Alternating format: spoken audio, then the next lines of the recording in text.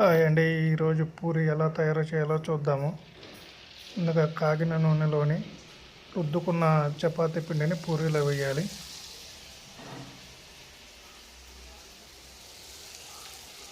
వేసిన తర్వాత గెంటి తీసుకొని అటు ఇటు తిప్పుతూ ఉండాలి, బాగా వేడయ్యేటట్టు. అన్ని పక్కల వేడయ్యేటట్టు చూసుకోవాలండి, లేకపోతే మెత్తగా ఉంటుంది.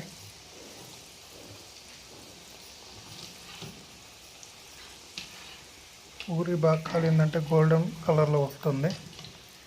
గోల్డెన్ కలర్లో వచ్చిన తర్వాత మనం తీసుకోవాలండి.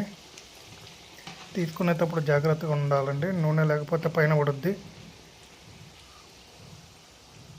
చూసారండి, బాగా కాలాయి పూరీలు.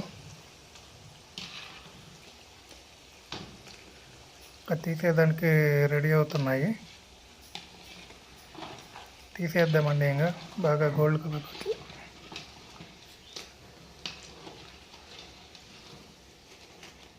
చూడండి, బాగున్నాయి చూసేదానికి కూడా.